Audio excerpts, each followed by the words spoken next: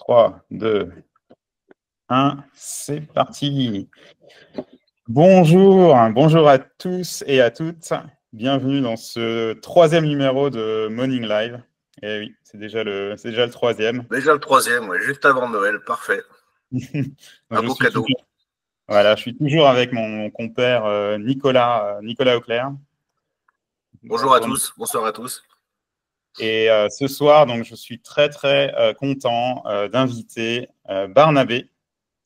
Bonsoir, ravi de vous rencontrer, ravi de pouvoir échanger avec vous. On a déjà échangé 2 minutes, c'est déjà sympa, donc c'est cool. Ok, impeccable. Donc, le principe de Morning Live, c'est vraiment, c'est vraiment une discussion informelle où on discute d'investissement, on apprend à connaître un peu plus notre invité, et puis en même temps, on va potentiellement découvrir un petit peu quels sont ses investissements, la manière dont il investit, et un petit peu regarder dans ses portefeuilles. Voilà, donc peut-être que vous apprendrez. C'est pas peut-être, c'est sûr. C'est sûr. Vous apprendrez forcément quelque chose avec Barnabé, qui est aussi un très grand youtubeur. Faut pas le nier. Non, il y aura sûrement des petites surprises. Donc ouais, voilà, comme tu le dis, Nicolas, Barnabé, qui est un youtubeur avec un canal YouTube sur l'investissement. Donc peut-être que ça peut être un bon point de départ, en fait, de te demander, Barnabé, de te présenter succinctement et peut-être de nous expliquer comment t'en es venu à l'investissement. Première question. Ouais, du coup, oui, je m'appelle Barnabé. Alors, l'investissement, comment j'en suis venu à investir? Déjà une envie de liberté financière, principalement. J'ai pas commencé par la bourse, j'ai commencé par la crypto.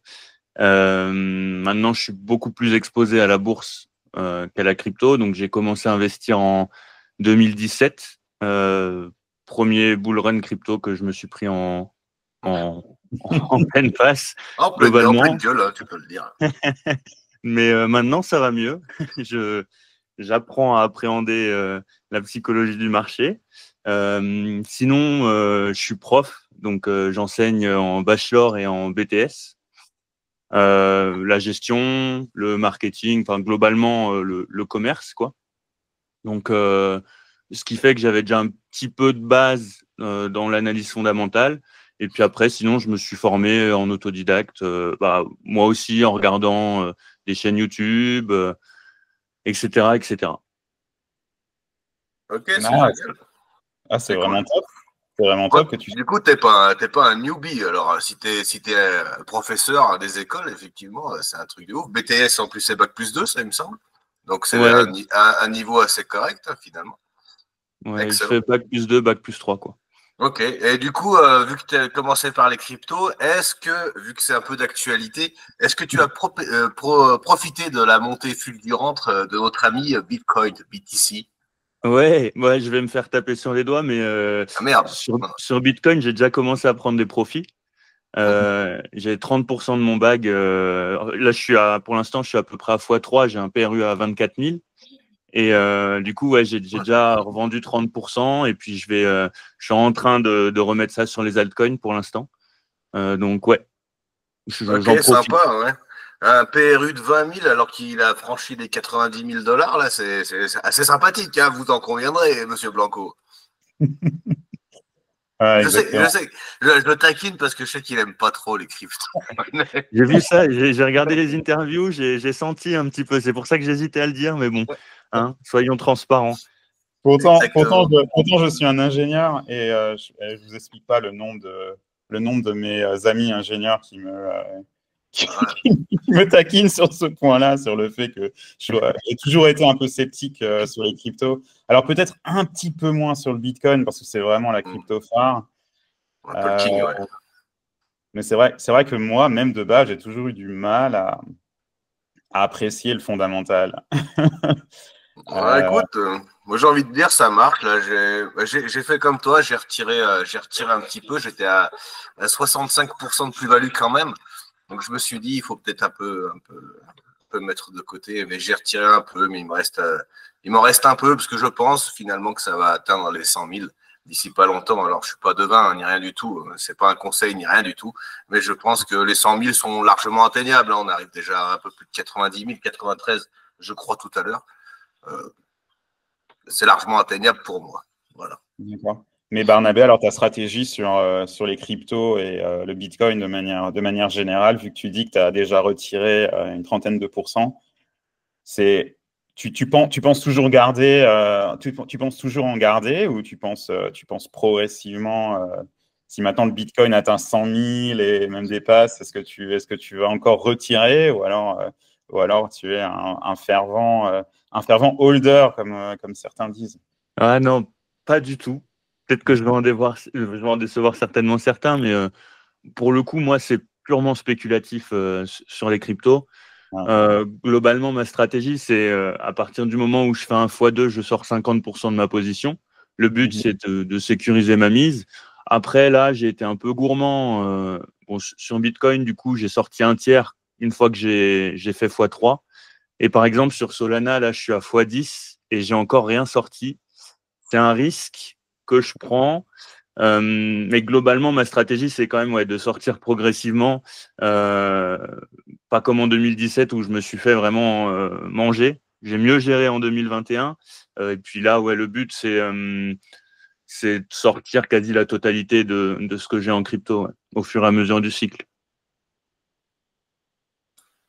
Ok. Ok. Est-ce Peut-être on que va tu revenir. as commencé aussi par un peu d'immobilier ou pas du tout? Du coup, j'ai pas commencé par de l'immobilier, mais ouais, effectivement, enfin, j'ai 2 apparts à Dijon en pure gestion uniquement pour l'effet de levier. Donc, je génère pas de cash flow, mais globalement, ils s'autofinancent. Et ma résidence principale, je l'agrandis moi-même. Et le but, c'est de revendre d'ici 1 ou 2 ans pour acheter plus grand. Ok, donc tu t'intéresses aussi un peu à l'immobilier. C'est bien, c'est plutôt. Ouais, ouais, ouais. En même temps, en étant prof, tu as le temps. Les vacances scolaires, c'est sûr que c'est là pour le coup, je T'as peux pas 6 dire mois dans l'année, grand-chose. hein, mon cochon. Bon, enfin bon. Ouais, non, si c'est une grosse plus-value. Il y a pas photo. Il y a pas Ouais, photo. c'est excellent. Bravo en tout cas. Nico, est-ce qu'on peut aller voir du coup, si tu le permets, Barnabé, ton portefeuille, parce que tu es investi en bourse exactement. Tu as quoi? PEA, CTO? Ouais, j'ai les deux. Du coup, les deux sont sur Morning, donc à votre plaisir. Ok, Bien allez, évidemment. on Parce va faire qu'on ça. on l'a pas stipulé, mais Barnabé, effectivement, est un moninger aguerri également. Effectivement, donc tu nous avais aussi fait Ah oui. un graphique pas mal du tout sur le free cash flow. Si vous l'avez pas encore vu, je vous conseille de le regarder en allant sur la page de Barnabé. Et bien sûr, vous retrouvez aussi depuis sa page Morning les liens vers son canal YouTube. Alors, on commence par lequel? Le CTO ou le PEA? Bah, le CTO, c'est la base. Il y en a pas. Avec les élections de Trump, tout ça, il y a quand même eu du Ah Ah, oui, il y a eu mouvement un peu. maintenant, ouais. Ouais, c'est clair. Moi, personnellement, je le remercie, ce gars, hein, parce que c'est monté en flèche. Alors, je sais pas si c'est ton cas, à mon avis, oui, également. ouais. Mais c'est bien monté pour moi. Hein. Bon, il n'a pas encore pris ses fonctions. On verra sur le long Et terme. en plus, ouais. On Bah, verra si. sur le long terme ce que ça donnera à l'élection de Trump. Mais c'est vrai qu'il y a il y a eu un sacré enthousiasme des Ouais, une marchés. sacrée hype, on peut dire. D'ailleurs, on peut même penser que le Bitcoin est même corrélé, hein, la montée du Bitcoin avec l'élection de Donald Trump et de son ami de toujours, ce bon Elon Musk. Donc, c'est Mhm. deux monstres, hein, deux monstres sacrés américains qui, je pense, feront beaucoup pour l'économie. En tout cas, pour l'instant, ils ne me font pas mentir. Et je crois que l'un comme l'autre sont pro-Bitcoin, pro-crypto-monnaie. Et jusqu'à là, même les accepter dans les institutions, hein, carrément. Je pense que Ouais. Elon Musk est vraiment entre guillemets un technophile et que les cryptos, voilà, il s'y connaît, mais peut-être Trump, c'est aussi entre guillemets, il y a un petit opportunisme quand même. D'accord, ouais. Dans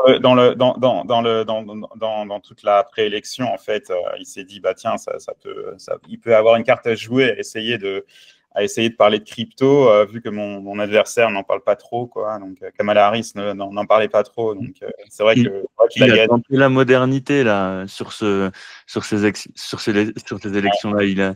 On l'a vu un peu sur YouTube, sur les podcasts. Ouais, et puis il ne faut pas oublier que les deux sont des businessmen aguerris. Hein, donc, Ouais. Alors, c'est intéressant, tu as une position sur MSCI. Pour ceux qui connaissent pas MSCI, hein, c'est un organisme, donc c'est un organisme privé, hein, américain, qui d'ailleurs est le créateur de pas mal d'indices, hein, parce que bon, quand on parle des indices, on pense principalement au Standard & Poor's, au Nasdaq, au CAC, etc. Mais MSCI édite entre guillemets, ils sont les créateurs de pas mal d'indices. Alors peut-être que tu peux nous en dire un peu plus sur MSCI, Barnabé. Bah ouais, exactement. Ils ont créé pas mal d'ETF. Ouais. Tout le monde connaît le MSCI World. Je pense que le MSCI World, c'est celui dont on parle le plus globalement. C'est pas le seul. Globalement, c'est une société qui a des fondamentaux qui sont assez exceptionnels, qui a un petit peu subi il y a quelques mois. Donc, personnellement, j'ai trouvé qu'en termes de valorisation, c'était intéressant. Donc, je me suis permis de rentrer dessus. Et effectivement, ouais, comme tu le montres là, pour le coup, en termes de dividendes, c'est super intéressant. Pour moi, c'est pas le principal, mais c'est vrai que en termes de croissance du dividende, là, je sais pas combien on est. Là, il y a 24% sur les 5 dernières années. C'est quand même assez énorme. C'est pareil, ouais, la dilution, on a énormément de rachats d'actions. Sur les dernières années, c'est ce qui a fait aussi pas mal monter le cours de l'action. Ouais. Donc, ils rachètent. ouais, très très belle société, ouais, pour le coup. Bah, ça correspond bien à ma stratégie. Une capacité de croissance, un dividende croissant, potentiellement, si c'est possible aussi, beaucoup de rachats d'actions. Ouais. Et puis des fondamentaux. Là, si tu regardes le free cash flow par action, il ne cesse pas d'augmenter depuis 10 ans. Ça, c'est super intéressant. Comme on le disait tout à l'heure, pour moi, le free cash flow, c'est quand même une donnée qui est super pertinente. Et j'essaye d'investir au maximum sur des actions qui ont ce type de fondamentaux-là. Ouais, top. Une belle entreprise. Une belle entreprise. Alors, UNH, on en avait déjà parlé, je crois, dans un précédent Morning Live. Oui, tout à fait. Ouais, c'est un groupe d'assurance principalement aux États-Unis, hein, c'est ça? Ouais, bah, vu que c'est privatisé pour le coup, c'est comme nous si la Sécu était privée, quoi. Donc, c'est pareil, ils ont une rentabilité qui est super importante. Donc, c'est un très beau dossier aussi dans le même genre. Mais tiens, attends, je vais me la mettre aussi comme ça. Hop. Mais, ou sinon, je regarde sur ton écran, comme tu veux. Comme ça, moi, comme là, je suis déjà en train de vadrouiller dans d'autres actions, mais je peux revenir sur United Health. Ouais, c'est une belle entreprise aussi, vraiment avec une belle courbe quasiment exponentielle. Une belle valorisation, un historique du dividende. Aussi quasiment en courbe exponentielle, quoi, le dividende, quoi. Tu vois, ce que j'aime bien, si tu remontes là, sur le haut des fiches actions, enfin, je trouve que du coup, c'est super pertinent parce que ouais, tu as la comparaison par rapport aux indices. Et ça, je trouve quand même ça super pertinent parce que c'est toujours intéressant de savoir si sur les 5-10 dernières années, l'action a surperformé ou pas. Bah, là, pour le coup, le S&P 500 ou le Nasdaq. Ça, pour moi, c'est une donnée aussi qui est importante. Ouais, ils ont un sacré score de sûreté dividende. Hein. Effectivement, ils annoncent la croissance sur 16% par an. Sûreté dividende de 19/20, hein, c'est juste le maximum. Et un score de croissance de 13. évalués par Morning? Alors, c'est intéressant, tu as d'autres entreprises dans le secteur de la santé, de la médecine, notamment avec ResMed, ResMed que je connais un petit peu moins, que je ne connais pas en fait, je ne vais pas raconter d'histoire, et MedPace Holdings. Alors peut-être que tu peux nous dire 2-3 mots sur ces entreprises.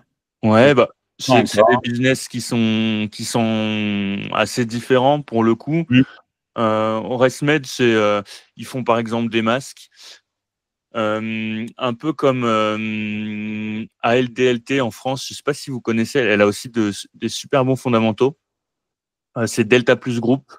Exact. Du coup, ça représente 40% à peu près de leur chiffre d'affaires. Et puis après, ce qui est intéressant, c'est qu'ils ont aussi une partie logicielle sur les diagnostics. Ça, c'est une partie qui est en croissance pour l'instant. Elle représente à peu près 10-12% de leur chiffre d'affaires. Et puis après, ils ont pas mal de produits, des dispositifs médicaux, c'est assez varié pour le coup. Et c'est pareil, c'est une entreprise qui a des bons fondamentaux. Alors, je ne sais pas trop combien elle est notée sur Morning. 14 en sûreté de dividendes et score de croissance en hausse de 16/20. Ouais, en termes de croissance, elle est pas mal. Elle est ouf, ouais. Et du coup, c'est notamment du fait qu'ils développent des choses aussi un petit peu dans la tech, ce qui fait que les marges sont intéressantes. Enfin, c'est le secteur d'activité aussi qui veut ça. Et donc, pour moi, ouais, c'est une belle boîte. Et ensuite, pour le coup, MedPace, je crois que ça doit être la dernière action que j'ai rentrée sur le portefeuille, si je dis pas de bêtises. Et alors, eux, pour le coup, c'est tout ce qui va être recherche clinique. En gros, ils accompagnent les entreprises. Par exemple, quand, je ne sais pas, Sanofi développe un médicament, et ben, ils vont pouvoir l'accompagner sur les différentes étapes finalement du processus. Et c'est pareil, c'est une entreprise qui a, de par son business model, une rentabilité qui est assez exceptionnelle. Alors, ouais, tu vois, là, 14 de score de croissance. Bon, pour le coup, c'est pas une société de dividendes. C'est la particularité de mon portefeuille. On verra tout à l'heure aussi avec Fortinet. Beaucoup de biotech qui sont des entreprises de plus de croissance et beaucoup ne versent pas encore de dividendes. Ouais. Donc, c'est pas encore une société qui est forcément. Elle commence à être mature, mais effectivement, elle n'a pas fait le choix de verser de dividendes. C'est pareil, surévalué, là.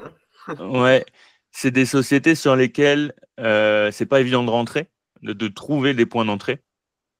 Donc là, pour le coup, dans ce cas-là, comme par exemple pour Fortinet, qui est une boîte de croissance et des boîtes qui sont bien valorisées, je fais le choix de faire une première entrée. Et puis après, pour le coup, je moyenne à des niveaux qui m'intéressent plus et je fais des entrées croissantes. Donc là, pour l'instant, c'est une petite entrée et puis petit à petit, je vais faire grossir mes entrées.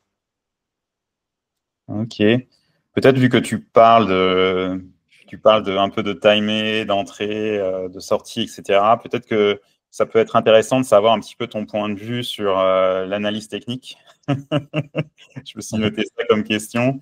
Est-ce que tu utilises, on va dire, quel est ton pourcentage entre analyse fondamentale et analyse technique? Ça peut être intéressant comme point de vue, quoi. Et de quelle manière tu utilises l'analyse technique? Est-ce que tu l'utilises beaucoup, pas beaucoup, un petit peu, uniquement pour entrer, sortir?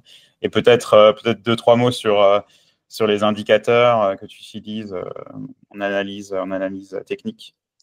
Alors, moi, je viens de l'analyse fondamentale. Ouais. Pour le coup, c'est pas que j'ai été réfractaire, mais c'est que j'ai mis du temps à appréhender finalement l'analyse technique. Maintenant, je comprends que ça a une utilité dans le sens où ça te permet d'avoir un visuel sur le sentiment du marché. Par exemple, tu vois, je sais pas, on pourrait prendre l'exemple de Téléperformance, qui semble sous-évalué, qui a des bons fondamentaux, etc., mais qui continue de baisser parce que finalement, les investisseurs n'en veulent pas. La raison, évidemment, c'est en partie l'intelligence artificielle. Mhm. Mais du coup, l'analyse technique, elle te permet d'appréhender ça et de te dire, bon, là, le momentum, il n'est pas bon. On est sur une action qui chute fortement. Elle est sur une tendance baissière. Donc, je ne vais pas rentrer dessus tout de suite, quoi. Donc, finalement, tu as l'analyse fondamentale qui est très empirique, qui te permet de, effectivement, définir si une société, elle est viable. Et puis, tu as, pour moi, du moins, l'analyse technique qui te permet de dire, bon, est-ce que le marché il s'intéresse à cette action ou pas forcément? Du coup, au début, je n'utilisais pas l'analyse technique et maintenant, je l'utilise de plus en plus. Donc, je me suis formé dessus, notamment. Alors, il est un peu controversé, mais pour le coup, j'aime bien Tammy Cabage là-dessus. Je trouve que son approche, elle est intéressante parce qu'il parle beaucoup de tendances. Et ça me plaît personnellement. Mhm. Et après, j'utilise pas mal le concept de smart money, donc pour essayer de définir où est-ce que rentrent les institutionnels, où est-ce que rentre la masse, pour Mhm. définir des zones de support ou des zones de résistance.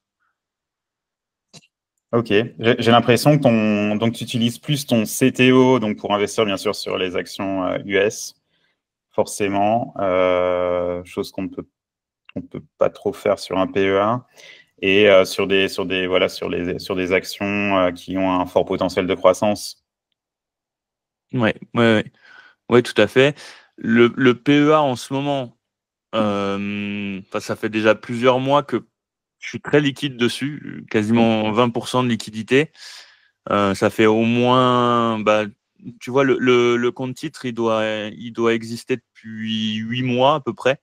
Et c'est vrai que j'investis beaucoup moins ces derniers temps sur PEA. Je fais un petit peu de swing sur un ETF, enfin sur les ETF. Je ne sais pas si vous connaissez, mais les ETF levier x2 d'Amundi. Donc, il y a un ETF Nasdaq et un ETF S&P 500. Et c'est vrai que pour l'instant, je suis un petit peu en observation sur le CAC 40 parce qu'on est sur une tendance baissière, parce que politiquement, c'est compliqué, on a du mal à trouver des solutions. La croissance, c'est pas ça, Mm. alors qu'elle est présente, par exemple, en Inde ou aux États-Unis. Donc, je me concentre plus pour l'instant sur l'Inde et les États-Unis. Et du coup, mon PEA, il est un petit peu en stand-by. C'est une stratégie qui est totalement différente du compte titre. Je suis moins sur une approche long terme sur le PEA. Par exemple, bon, Schneider Electric, Air Liquide, L'Oréal, c'est des actions que je garde sur le long terme. Par contre, une action comme ASML, où on est sur un secteur un peu plus cyclique, c'est une action sur laquelle j'ai déjà fait des allers-retours, comme pour Total Energy, par exemple. Ok, effectivement, c'est cyclique, hein, même Total. Dans Ouais. l'énergie, forcément, là, on est quand même bien basé sur le prix du pétrole. Et là, actuellement, effectivement, le CAC 40, ouais, toutes les grosses entreprises de la France, ça baisse un peu. Après, Mm. est-ce que c'est pas plutôt une opportunité pour certaines boîtes? Bah, ouais, en fait, le problème, c'est que vu que les résultats baissent, et ben finalement, t'es pas plus sous-évalué qu'avant sur certaines boîtes. Bon, là, je me suis réintéressé, par exemple, à Capgemini. Je regarde évidemment LVMH, ASML. On commence à arriver sur des zones de valorisation qui sont intéressantes, mais vu que les résultats sont pas bons, et ben finalement, c'est mécaniquement, Ouais. tu te retrouves toujours au même niveau. Là, on commence à arriver sur des zones de support qui sont assez cruciales. Donc, effectivement, je commence petit à petit à m'y réintéresser, mais c'est vrai que je l'ai délaissé pendant un petit moment pour le coup. Après, il est quand même déjà bien fourni, hein, Ouais, ton PEA, hein, il est loin d'être dégueulasse. Hein. ouais, et ton PEA est super équilibré, hein. Enfin, il semble être très bien équilibré en tout cas. Mm. Oui, on voit que tu l'as bien construit. Hein. Clairement, il est quoi? Il y a une vingtaine d'entreprises représentées.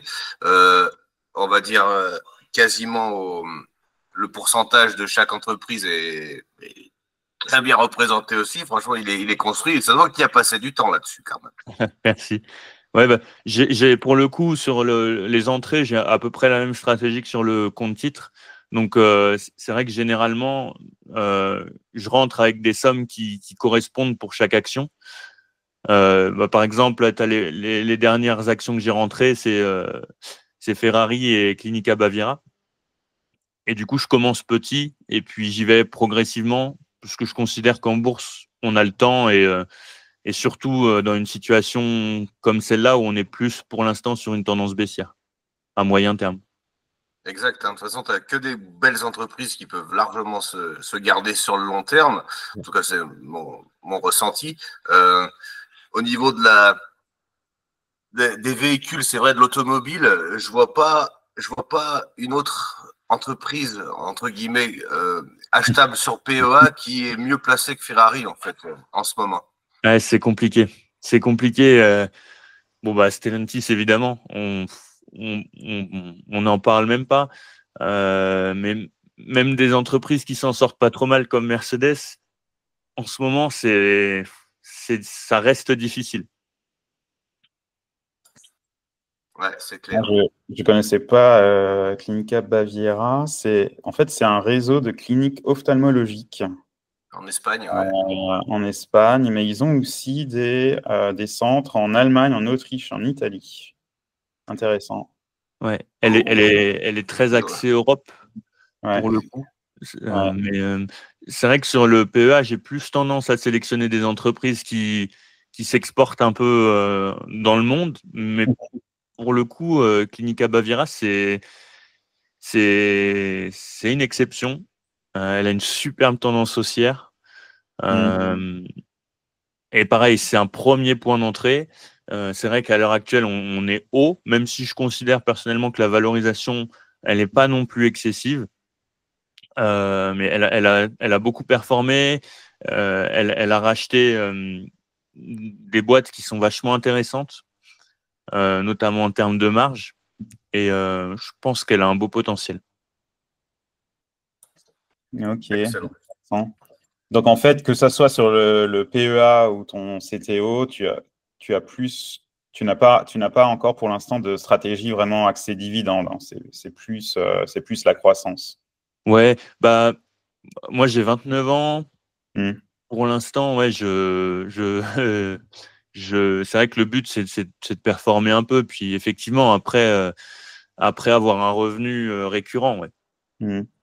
C'est aussi une question, une question qui est récurrente, en fait, et qu'on pose à chaque fois, c'est cette question sur l'investissement dividende. Et moi, je pense que c'est aussi des considérations, entre guillemets, où il faut rattacher à l'âge.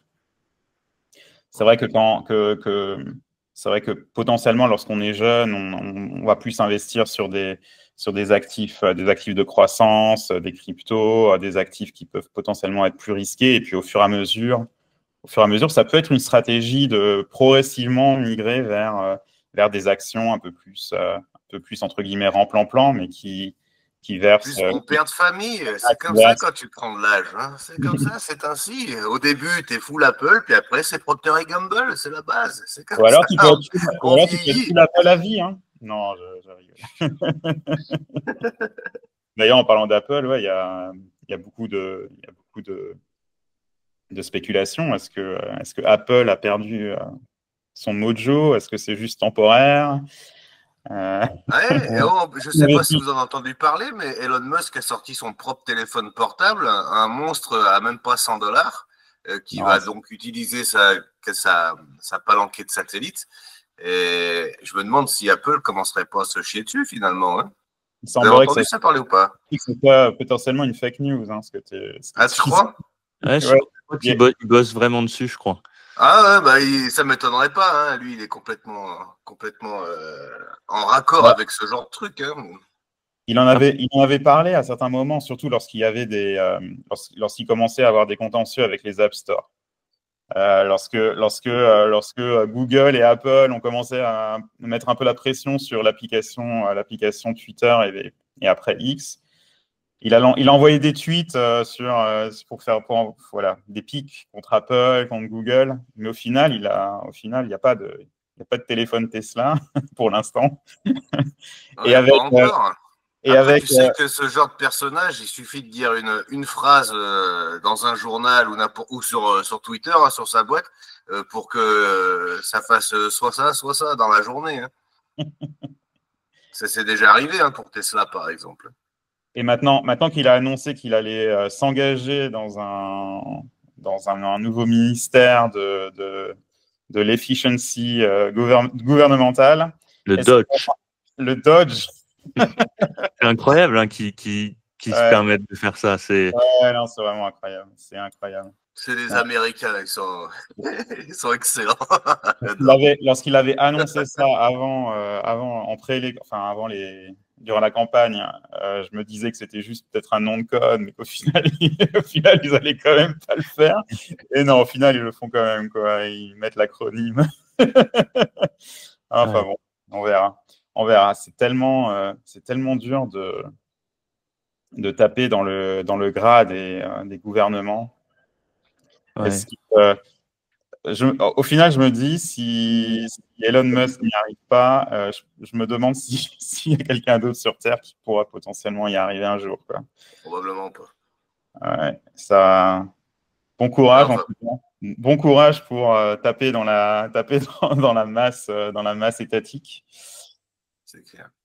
Ouais. Bon, pour finir, Nico, on peut peut-être, parce que ça fait déjà quasiment 1 heure, parler, Barnabé, de ta chaîne YouTube. À la limite, je vois que t'es quand même bien avec un peu plus de 15 000 abonnés. Euh, qu'est-ce que tu prônes? Qu'est-ce que tu racontes sur cette chaîne? Bah ouais, globalement, je montre ce que je fais.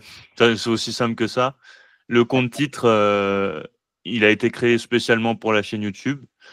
J'analyse pas mal d'actions, c'est assez varié, mais globalement, je montre ce que je fais dans l'investissement, quoi.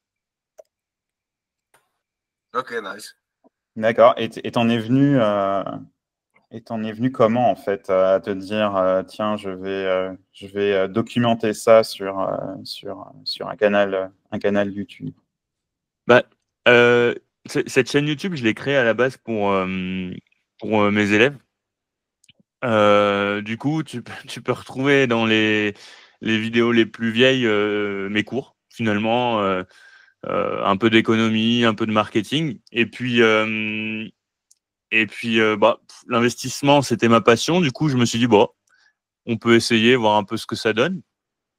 Et puis, ça a pas mal pris. Du coup, je me suis laissé tenter. Puis, on en est là. C'est passé super vite. J'ai pas vu la chaîne grossir. J'ai pas vu le temps passer. Donc, bon, j'adore faire ça, échanger avec les gens. C'est cool. Bah, d'ailleurs, j'en apprends beaucoup grâce à ça. Donc, voilà, une expérience qui, à la base, n'était pas forcément destinée à avoir une chaîne YouTube comme ça. Puis finalement, ça marche. Donc, je continue. Ah bah, faut continuer, oui, bien C'est évidemment. top. C'est top. Et ouais, après, c'est top que tu fasses toujours ça par passion. On voit que c'est vraiment une passion et que voilà, on est loin entre guillemets, des youtubeurs professionnels. Euh, ouais, ouais, c'est top. Ok, bah c'est un petit peu aussi mon cas, quoi. Moi, à la base, je suis ingénieur et c'est vrai que Moning, c'est vraiment ma passion et j'en ai appris tellement avec la communauté qui a été créée autour de ce projet. Et c'est vraiment génial d'en apprendre toujours davantage sur l'investissement, quoi. Bah, d'ailleurs, je suis en train de découvrir le forum là. J'avais jamais trop regardé. Et puis, c'est actif et tout. Donc, je Alors, le me, je forum me est prends très là. actif, effectivement. Il y a plusieurs milliers, hein. Je crois qu'on est à peu plus entre 7000 et 7500 personnes dessus, avec des centaines de messages journaliers. Alors, je me permets de dire ça parce que tout simplement, j'en suis le modérateur, hein. Donc, je suis tous les jours dessus. Et avec ce forum, je crois que j'ai pris un peu de matière grise au niveau investissement aussi, que ce soit sur n'importe quoi. C'est assez impressionnant parce que il y a des gens qui sont très forts dans un domaine et complètement teubés dans les autres. Et l'inversement. Donc, du coup, ça s'équilibre, c'est génial. Les gens, en plus, je sais que tu étais déjà allé dessus. Tu vois, c'est bon enfant, amicaux, les millionnaires côtoient les mecs qui ont 100 balles qui viennent de commencer. Enfin, c'est impressionnant, quoi. J'adore. Perso, le forum, je le recommande à tout le monde. Je pense que ce sera ton cas aussi, Barnabé. Il faut que tu viennes plus souvent. Ouais, mais je m'y mets petit à petit. Tu sais, moi j'ai mon petit rythme, faut pas. Mais ouais, non, c'est cool. Et puis tu vois qu'il y a du répondant, tu vois que il y en a qui sont là pour apprendre et c'est la base, quoi. Il y a une bonne ambiance et je pense que tout le monde a envie en fait de continuer à apprendre dans la bonne humeur. Ouais. C'est moins virulent que Twitter, hein. Voilà, c'est exactement Ouais, ça. quand même, oui. Non, c'est vraiment dans une optique d'aider. Voilà, c'est de l'aide à l'investissement. C'est vraiment. Alors, il y a des conseillers agréés, entre guillemets, des vrais, des certificats AMF et tout. Et donc, peut y avoir aussi des conseils en investissement, mais il y a surtout des gens qui font ça pour leur retraite, parce que Morning est quand même, faut le rappeler, exclusivement, mais plutôt orienté long terme. Donc, c'est plus pour la retraite que du stock picking ou du trading, comment dirais-je, à la semaine. On est plus orienté long terme. Donc, du coup, on peut en apprendre par des anciens qui ont 70 balais, comme des merdeux qui viennent sortir d'école à 20 ans et qui, eux, sont ultra hype, ils ont tous les trucs encore dans le cerveau et qui te leur balancent sur le forum. Je les salue tous, je salue tout le forum clairement, car j'en apprends clairement tous les jours. Vu que toi, tu es professeur, tu devrais aussi mettre ton petit grain de sel. Bon, eh ben, écoutez, c'était une discussion super intéressante. Est-ce que, peut-être pour terminer, comment tu vois cette fin d'année et comment tu vois potentiellement le début de l'année 2025 pour tes investissements et je ne sais pas, peut-être pour aussi ton travail sur YouTube. Est-ce que c'est quelque chose que tu as envie de continuer sur le long terme? Ouais, évidemment, ouais. Côté investissement, moi je vais continuer de suivre les tendances. Donc si ça fait comme à son premier mandat, je pense que Trump il a possibilité de faire quelque chose pour l'économie, en tout cas américaine. Le CAC 40, je vais continuer d'observer. Je patiente, je garde mes belles positions, celles que je juge fortes. Et puis après, YouTube, ouais, j'ai pas l'impression de travailler quand je fais une vidéo YouTube. Donc ouais, je vais continuer, ça c'est sûr. Ok, bah c'est top. Excellent. Donc là, on n'est pas sur YouTube, mais allez mettre un pouce bleu. Allez mettre... non, c'est pas un pouce bleu, si, c'est un pouce. C'est un pouce et abonnez-vous. Cool, mais il faut que les gens s'abonnent à votre chaîne là, parce que il y a 2-3 super vidéos là. J'ai vu, du coup j'ai regardé avant de venir. C'est quand même super intéressant ces échanges là. Ouais, d'ailleurs, il y a toujours une partie de l'échange que j'ai eu avec Nicolas lorsqu'il est passé en Estonie et qu'on a travaillé ensemble tout le mois de septembre. C'était vraiment super, Nico? Tu confirmes? Bah ouais, c'était le top, franchement. C'était super intéressant d'avoir cette discussion avec toi, Barnabé. N'hésitez surtout pas à aller vous abonner à sa chaîne YouTube. Et à la chaîne Morning, important. À la chaîne de Morning aussi. Voilà. Et comme dit, on sera super content de t'accueillir sur notre forum. Moi, c'était une première et franchement, c'est top ces discussions-là. Vraiment, super concept. Excellent. Super. À la prochaine. Salut tout le monde. À bientôt. Allez, ciao. Joyeux Noël.